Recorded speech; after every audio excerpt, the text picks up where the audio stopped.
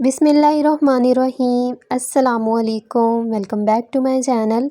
कैसे हैं आप सब? उम्मीद करती हूँ आप सब ठीक होंगे। आज की वीडियो में मैं आपको बताऊंगी कि आप किस तरीके से बहुत ही आसानी के साथ जो है ख़ुद से केक पर डिज़ाइन बना सकते हैं, जिसको बनाना बहुत ही आसान है। तो चलिए इसको बनाना स्टार्ट करते हैं।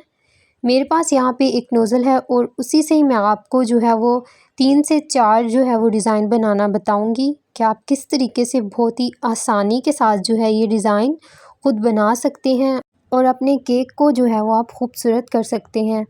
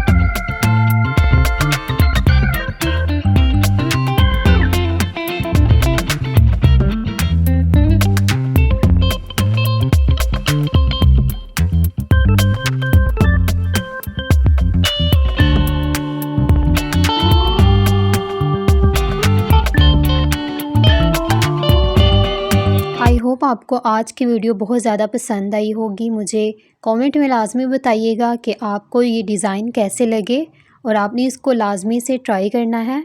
मिलते हैं नेक्स्ट वीडियो में। अल्लाह हाफिज़।